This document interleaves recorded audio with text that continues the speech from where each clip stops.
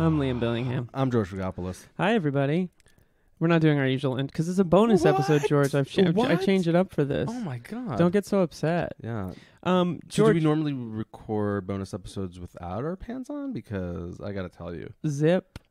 That's me actually putting my pants back on. I thought you were cool with this. I like the sound effects of zip. Zip. It was very convincing. Zip. I'll add the Foley later. Hang on, let me just hit the button on the sound pad. Zip. Zip. Ooh. Nice. Right, zip. How much did that sound pad cost? Zip. $6,000. It's about the same as the new dishwasher. We're in the red. George, did you like Arthur growing up? No, but well, I have to be honest. You weren't an Am Arthur I going to the lie Art? to Keith? That's true. You couldn't lie to Keith. But I did actually enjoy the books. I vaguely remember reading the books. That's what I was asking you about. Oh, I think you meant like the TV show. No, I think we're a little too old for the TV show. Hasn't it been around for like a decade at least? Yeah, but we're in our 30s. No, I'm 21. You look great. You look great. So you couldn't say that without laughing. Yes, you look great. Arthur the Aardvark was a aardvark whose books were big when we were kids. And Arthur, it was a show about nothing. A show about I like that episode about what's the deal? Lord Arthur's dating that woman whose name rhymes with the female body part and doesn't know what name it is. Dolores. Arthur Timothy Reed. So there was the book series and the PBS children's show. He lives in Elmwood City, and he's 8 years old. Stop stalking the guy. And the reason you're talking about Arthur. Yeah, the reason we're talking about Arthur Reed, Arthur the Aardvark, is because the Arthur Show on PBS had an episode with Philip Seymour Hoffman. Wow. Who he played William Fillmore Toffman. Amazing. A theater director from Capital City, I think was the name of the city. He's pretty much playing himself. And so my coworker Mike, who's I Am Spartacus on Instagram and Twitter, well, I guess Instagram, came to me and said, hey, I want to be on the show, but I want to talk about the episode of Arthur that Philip Seymour Hoffman was on. And I was like, what? So, I sat down with him last week and we recorded a quick little episode. And this is it. Quick little episode. Hang on, we got to do that again because there was some kind of buzz. So, yeah, we sat together last week and recorded a quick little episode. What was the lighting like? It was kind of track lighting. Yeah. Why did you ask that? Just set the scene Set the for scene. us. Yeah, where were you sitting? We were sitting. What was he wearing? What were you wearing? Nothing. Wow, okay. Wow. Yeah, it was weird. Truth comes out. Work setting. I think Arthur brings that out in people. It really gets them going. Yeah. We'll be back at the end. George actually hasn't heard the recording yet. So I'm excited. He's going to listen to it with you now. Yeah. Okay. Enjoy this interview with Mike Caroll. It's not really an interview.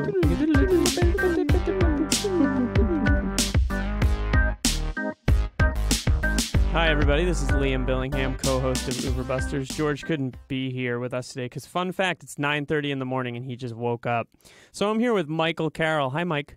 Hi, Liam. It's a pleasure to be here. It's a pleasure to have you. Yeah, pleasure to be talking about Philip Seymour Hoffman and to be talking about this particular performance. So when you say this particular performance, which performance are you talking about? We're talking about him playing William Fillmore Toffman on the PBS children's show Arthur. And I didn't know this existed. You pointed this out to me. Yeah, I didn't know this existed. I've been listening to your podcast for some time, and I was looking at Philip Seymour Hoffman's oeuvre more closely, and this little thing popped up, and I wondered, what does he look like as a bear? Is he? Oh, that's right. He is a bear in this. He's a bear, and you know what? I think he should have been a chameleon. Why? Because if he was a vegetable, he'd be an onion because there are layers. So I watched a good chunk of this episode. I think it's hilarious that his character's name is William Fillmore Toffman. Anyway, you could turn my headphones down. Oh, yeah, you're monitoring? Let's turn that up. Tell me if that's better. Let's down just a little. Oh, down. How's that? That's much I also talk very loud. Yes. Sorry about that. I'm going to try to keep it to a minimum here. No problem. Do you want to are you an Arthur fan? No, I'm not an Arthur fan. Did you read it growing up? I did not read it growing up. I think I was just a little too older for it. I spent years thinking that this was in some way a Dudley Moore thing. You know, like kids are watching. Because of the film. Yeah, and then I was vaguely aware that there was some tie-in with some mac and cheese boxes that I was buying. I don't remember that. Yeah, and then now I'm thinking there's probably going to be kids growing up thinking There's a movie with Russell Brand that Is they that would called be Arthur? Oh, that's right. right, the remake. Yeah, Sort of a ubiquity to the name Arthur in popular Mhm. culture. I do not have a big relationship with the Arthur franchise. I read the books when I was little, but I would never say I was a huge fan. I remember there being a Halloween book where he Mhm. dressed up as a superhero, and that was very popular in second grade. Ah. But we should say that this episode, which is called No Acting Please, was the first episode of season 13 of the television show. Do you want to tell us what happens in this episode? Well, there's a character named Fern who I couldn't quite get I couldn't tell. I believe she's a deer. She looks like a deer. Possibly a goat. Either way, there's no antlers or horns. And she is invited She's by a dog. her friends. She's a dog. Fern is a dog. Oh, that's fascinating. Fern is an anthropomorphic dog with tannish gray fur. This is two grown men going through the That's good the to know. Arthur Wiki. I'm just on arthur.fandom.com/wiki. She and her friend Muffy are trying out for this play. No, she's not even invited into the play. Her friend Muffy is trying out for this play. Muffy, I believe, is strongly like an orangutan of some sort. And there is a new there's a famous playwright Muffy is a monkey. named William Fillmore Taufman, played by Philip Seymour Hoffman, who is directing this performance of the play is called The Whistle, Please. No, it's called It Began with the Whistle. And the play has a role for a small child. Right. It's called I Began with a Whistle, It right? began with the whistle, and she is playing. So she goes to this audition. She is just being herself. Her friend is acting up to everything. William Fillmore Taufman notices Fern and approaches her. Did you watch? You watched, watched this part, and he kind of says, "You have such slender shoulders," and Yeah, it's a little weird, right? Yeah, your look it won't translate to the podcast, but I would describe it as cringy. it was a little cringy. I mean, the whole Maybe in retrospect. yeah. Not to get too far off the plot here, but the whole show putting Hoffman into this thing, he was at least keeping with some of his cringier characters. Maybe. I don't know if this was intentional or not. Anyway, he asks Fern to be in the play. She agrees to it. She then goes through a generic 12-minute kids' cartoon plot of Learning how to act. learning how to act, learning how to believe in herself, not going too far into the method, not rehearsing and over-rehearsing, but reacting to the people around her. She does the play. She gets an applause. The end. And it's a good little thing, I think. It's also it is fine, but I think that did you enjoy it? You're not an Arthur fan. You're not like a super It fan. washes over me, Right. Like a lukewarm shower. Raves Michael Caroll. Yeah. But what is interesting is Philip Seymour Hoffman being an avatar of himself. Yes. And that's sort of what sort of pinged me about it. It's also incredibly, well, I don't know if it's incredibly, but not only is it interesting because, yeah, you're seeing him playing this Philip Seymour Hoffman, this character, right? Yeah, very like theatrical Yes, and Wellesian. a theater director. Yes. But what I like about it is, and it seems like the writers of this show know their stuff because they're not. What I think is really nice about it and what it gives an interesting opportunity to talk about is not Philip Seymour Hoffman, the film guy, but Philip Seymour Hoffman, the theater guy. The actor. The actor, because they make reference to known for such works as True East and Jimmy Hop the Sea Train. Yes. True East is clearly a True West reference. I got Sam that. Shepard. I didn't quite get. Which, he sort of, I believe he played opposite John C. Reilly. Yes. In the 80s and 90s, and it was a recorded production. I saw a videotape of it many, many years ago. How was Riley? At Bates College Library. He was great. They were both great. Of course. But Jimmy Hopped the Sea Train is a reference to Jesus Hopped the A Train, which is a play by Stephen Adly Gurgis, who has, done a bunch of stuff and been like sort of a huge stalwart of the theater community in New York City for a long time, and worked with Philip Seymour Hoffman and his company, the Labyrinth Theater Company. Yeah. For many years, and wrote that Baz Luhrmann show, The Get Down, I think. Okay, that was on no Netflix. One's perfect. Give him a break. Okay. And then, do you understand? Was there something deeper to It Began with the Whistle? Actually, let's something depression era. Anyway, yeah. I mean, it could have. When I looked at the set, it sort of looked the set that they show in the episode. It sort of looked like. Let's say it looked a little bit like True West, a little like sort of this like deserty, but that's different because that's like desert kind of. Yeah, it's kind of a different thing. Again, I think what's interesting about this stuff is Philip Seymour Hoffman. But just while we're on it, it is very clever, and I think that's one of the things that irked me watching it is you're making a show for children. They're not going to get this. It's twice as clever by half. But I kind of like that because it doesn't really matter. It might be something for the adults. I don't know. There's something enjoyable about it. There's something for the adults, but I'm not interested. Oh, that's fair. If I'm watching something for children, I like it to actually be for children, and I feel like that there's a differentiation between watching something that is like for adults but also for children. I get it. Yeah, I don't think that there's anything demeaning about watching Mr. Rogers. I think that so you sort of mean that shows that are okay a little stronger, but shows that are too clever, it feels like it's maybe condescending. Yeah. I would put this episode of Arthur, which is a random episode, sure, against anything from Pee-wee's Playhouse. And I think that Pee-wee would shine a lot stronger. Pee-wee would shine. Yeah. Anyway, but again, William Fillmore Hoffman. The question isn't who is William Fillmore Hoffman, but why. Tell me more about William that. Fillmore Hoffman. So there's a history here. There's characters like Rover Dangerfield, and there's James Woods in The Simpsons. Okay. Playing versions of themselves coming onto a cartoon, and obviously there are constraints. Their instruments are very handicapped. They can't express themselves physically. They may, they're probably not even writing. There's very little input that they have outside of the voice. And listening in preparation for the show, I went back to an old Terry Gross interview, her post-mortem for Philip Seymour Hoffman, and it was interesting. Her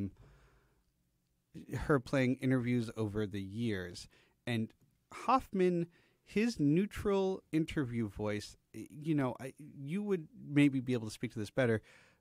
He seemed to change very often. There were times when, she would play stuff from early on in his career in the late 90s where he sounded like kind of a surfer dude, and he's not on. He's on, but he's ostensibly supposed to be playing himself.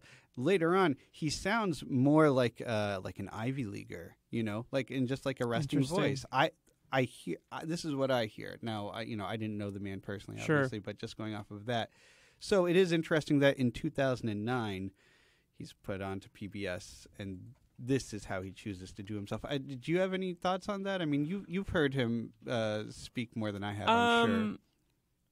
Well, I'm actually just looking. I wanted to see what else was going on in 2009 for him as an actor, just because I was curious. Oh, that's I like that. So 2009, the films that came out at least were The Invention of Lying, which I believe is a Ricky Gervais film, Pirate Radio, and Mary and Max. He's just off of Doubt in Synecdoche, New York, which and he's coming up on directing Jack Goes Boating, which was based on a play he did in New York. To be honest, I haven't listened to that postmortem. The Terry Gross piece, I should go back and find it. But you mentioned earlier there's the quality of being a chameleon and the voice being different. I think that no matter what voice you heard, whether it's the kind of like desperate voice that you hear in things like Boogie Nights and Happiness, and then that much more terrifying thing he does in Mission Impossible 3 or The Master, it's always the same core kind of kind of thing. And you know, he is chameleon-like, and you've got to wonder, like, I don't get the feeling that Philip Seymour, and again, I don't know the man either, but I do have some interesting in-life stories that this episode made me think of that I never talked about on the show. As a human, is he never seemed to relish the attention. Yeah. Whereas maybe some actors like doing the interviews and like doing that, you don't get the sense that he's like pushing away from that stuff or won't do it or is a dick. He doesn't have that like quality that sometimes you'll see in an interview with an actor where they're clearly like Bruce Willis. Whenever you see him do photo, he's checked out or downright hostile. Philip Seymour Hoffman never seemed that way. I think he saw it as like a less appealing component of the art, but it was something he would do.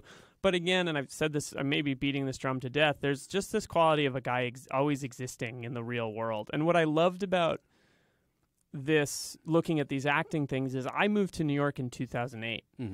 And about a month after I moved here, I went to see a play at the Public Theater. And it was I had a friend who worked there, and he got us tickets, or just said, let's go to the dress rehearsal of a play that they did, which was called The Little Flower of East Orange, which was written by Stephen Adly Gurgis and Ellen Burstyn. And it was like a pretty informal dress rehearsal. And I remember walking into the theater and like looking up, and like there was Philip Seymour Hoffman on stage, like on stage or side of the stage, like waiting for it to start. And he was just kind of he was just in the theater because it was a dress rehearsal, and the friend who brought me worked at the Public, so it wasn't unusual for people to be there. And he just had like, you know, jeans, hat, sweatshirt. How is his scruff? He was actually clean, if I recall, because he looked baby-faced. And I remember being totally just like, there's Philip Seymour. Like, just like transfixed. But like, you're transfixed by the most regular-looking dude in the world who's attained this kind of status. But what was appealing to me is like, this guy's a movie star. I saw him in a movie like last week, and here he is in person. And he always seemed approachable in that way. Like when I would be down in that part of the city, I'd see him around the city. I mean, he lived down there, I think. Yeah. He died not far from there, so it was to see him sort of personified in this children's show as like, hello, hi, this kind of big character, obviously a parody of him as a person, but then to think about him as like a real person existing, making art still, and as little as 11 years ago. Yeah, and I think that's is interesting. Yeah, and what that gets me thinking of is who, you know, when you think of him neutrally, you know, what is the role? What is the shot? What is the, you know, what is the moment? And what's that for you? It's nothing. It's that's what I think is so interesting about him is how ethereal he is. He, you know, and he's not the only actor who attains this, but he's definitely one of the best. Where, you know, yeah, my brain pings to just all sorts of different roles, doubt and happiness and. You know, Boogie Nights, you know, The Master. It's funny because it is sort of the smaller cider roles that he tends to. He really shines in. He really shines in, and then it's those ones where he's sort of front and center, which I tend not to think about as much, and maybe that's just the lack of watching more of them. Before the Devil Knows You're Dead. And Before the Devil Knows You're Dead is unique from Mission Impossible 3. You know, they're all unique characters. So it does make sense that, you know, you put him on stage and he's almost, you know, there's nothing but theater. Right.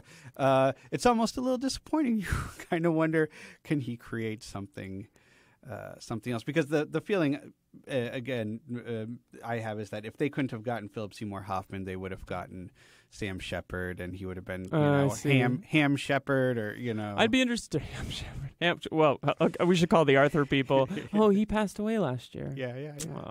Wow. You know, I think, it doesn't feel like, you know, granted, it doesn't seem like he was the type of guy to be grandstanding based on like what little I saw of him, and he just seems like a regular guy. I once saw him eat a hot dog. Funny story. Not to brag. But, you know, I think it's hard to say, except that there was nothing that there was nothing performative about him. I feel like in his performances there was mannerism, or he could be mannered in things like The Master. Yeah. So just to come back to the moment when I just saw him, like it's very rare in life that you get to see someone famous in the true element where they feel most comfortable, which I think was the theater for him, and just existing. And I'll kind of like, obviously I made a podcast about the guy, so I have strong feelings about him. And so to just see him exist in that moment for whatever amount of time it was, 2008, I was 25, 26. And I was just like, there's probably the coolest guy. The guy who I think has been the coolest guy since I was 14, 11 feet in front of me or whatever, So, but it didn't seem like he was... Imagine sort of being very famous. You've been up for a bunch of Academy Awards. You're doing a play. You're directing a play at a big reputable theater. There's a dress rehearsal. There's people around you haven't seen. And he didn't seem affected by... He didn't seem self-aware of his own fame in that moment. And again, I didn't have a conversation with him or anything, but it always sort of impressed me that he could just exist, which maybe sounds ridiculous, but that would explain... That sort of gets at my own sort of like fascination with him as a person. Yeah. But I don't think he was performative, and that's what, thinking about things like The Master, that's the closest it gets to a kind of mannerism. But he's playing a huckster. Yeah, and a con man. And also William Fillmore Hoffman, Yes. So it's sort of funny. Maybe he did the role, and then he was like, I should go more into this. And then he talked to Paul Thomas Anderson, then did The Master. This joke isn't going anywhere. I don't know. I don't think it's a bad joke. This was a rushed recording. But no, I think it is really interesting to also look at we've lost Michael. I think it's interesting also to look at how this is probably the closest to a childish kind of thing he's going to do. Like, it's warm and inviting and sweet. Yeah. And that's what the part requires, and it's a nice break from the doom and gloom of a lot of the other things. And he seems confident. Yeah. There's a confidence that you don't really get. There's like a warm, gentle confidence. And that's sort of what the whole episode is like getting a child to be in that place sort of in a roundabout way, because he is, again, doing the bombastic. And also, we're waving our arms around as we do William Fillmore Hoffman. We're waving our arms around, which isn't going to read. I also think maybe people hear whoosh, whoosh. Whoosh, how's my Foley? Yeah. Get at me. I also think it's nice to see him play a genuine nice guy. Yeah. Change of play. And the idea of him as like a teacher or something like that is really interesting. So, all right. Final thoughts. No, it was good to spend a minute. We're gonna have a chance to think more about this when we look at his later episodes. When we look at later movies, we're gonna have a better chance to talk about this when we look at things like Jack Goes Boating. But it's nice to see him do something like this. Final thoughts from you? Anything you want to add? No, I think no, I have nothing. Can you tell me before you go, like, what your favorite Philip Seymour Hoffman performance is, if you have one?